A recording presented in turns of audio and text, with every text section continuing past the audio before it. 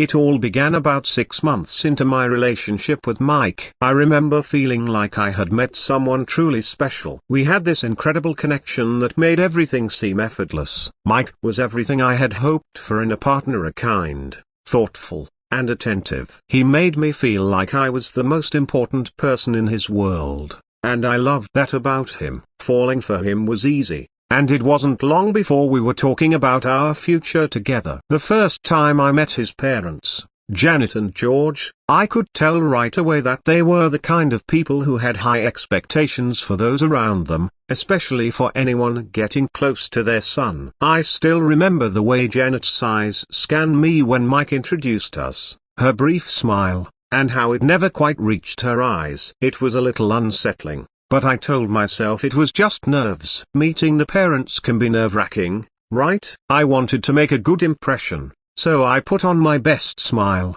answered their questions politely, and did my best to engage in conversation. I figured they were just being cautious, and Mike was their only son after all, and they probably wanted to make sure I was a good match for him.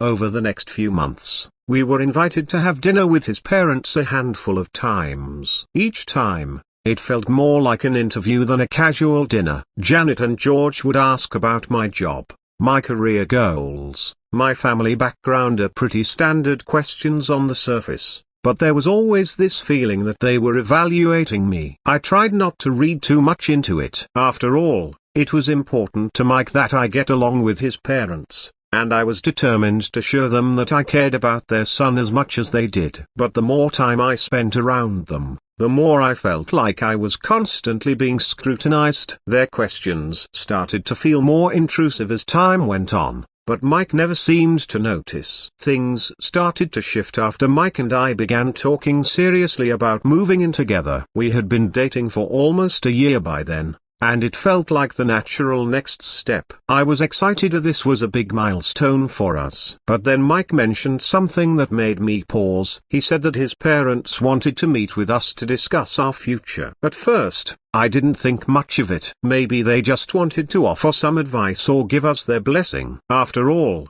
it was a big step, and it made sense that they would want to be involved in some way. But when we arrived at their house that evening, I could tell right away that this was going to be a different kind of conversation. We sat down in their living room, and Janet wasted no time getting straight to the point. She started asking questions about how we planned to manage our finances once we moved in together. I answered as best as I could, explaining that Mike and I had already talked about splitting the rent and household expenses. But as the conversation continued, I realized this wasn't just about budgeting. Janet and George seemed particularly focused on my financial situation. It wasn't just curiosity, it was concern. They wanted to know how much I earned, how much debt I had, and what my financial goals were. I felt my stomach tighten as the questions became more personal. It was uncomfortable, and I wasn't sure how to respond. Why were they so interested in my finances? I glanced at Mike,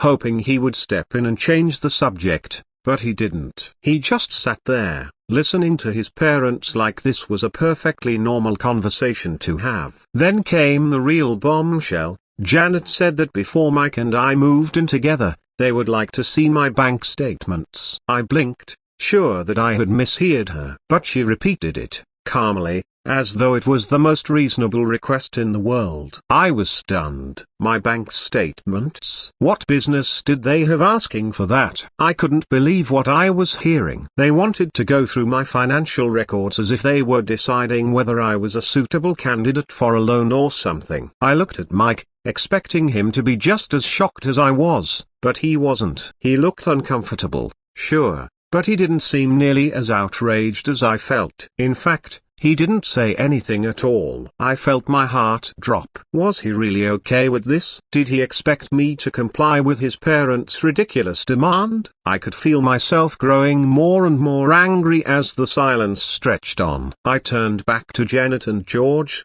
who were both watching me closely, waiting for my answer. My mind raced as I tried to figure out what to say. I wanted to be respectful, but at the same time, I couldn't just sit there and let them invade my privacy like that. "I'm sorry," I said, doing my best to keep my voice steady. But I'm not comfortable sharing my bank statements with anyone. My finances are personal, and I don't think it's appropriate for anyone other than me to have access to them. Janet raised an eyebrow, clearly not pleased with my response. We're just looking out for Mike's best interests, she said. We need to know that you're financially responsible if you're going to be moving in with him. It's not unreasonable for us to want to make sure everything is in order. I couldn't believe what I was hearing. This wasn't about looking out for Mikey, it was about control. They wanted to control every aspect of his life, and now they were trying to extend that control to me. I glanced at Mike again, hoping and praying that he would say something. But he still didn't. Mike and I have already talked about our finances, I said,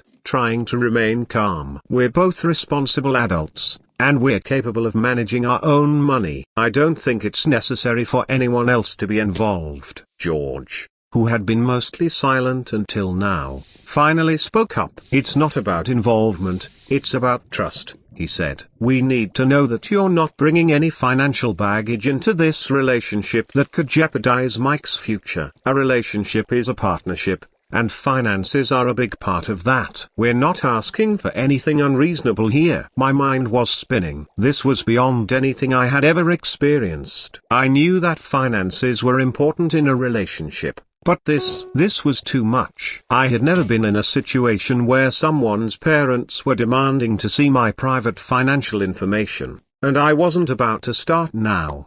I understand that finances are important, I said slowly, but I'm not comfortable with sharing that kind of information. Mike and I trust each other, and we're both committed to making this work. That should be enough. Janet didn't seem convinced. She exchanged a look with George before turning back to me. We just want what's best for Mike, she said. If you're serious about this relationship, then you should understand why we need to be sure. We don't want any surprises down the line. I felt my frustration rising. I had always tried to be respectful and understanding when it came to Mike's parents, but this was crossing a line. I wasn't going to let them dictate how I managed my personal life. I turned to Mike, hoping he would finally step in and support me. But instead, he hesitated. Maybe they're just trying to help, he said softly, almost apologetically. I mean, it wouldn't hurt to show them just to ease their concerns. I couldn't believe what I was hearing. My own boyfriend, the man I was supposed to trust and build a future with, was actually suggesting that I comply with his parents' outrageous demand. I felt a mix of anger,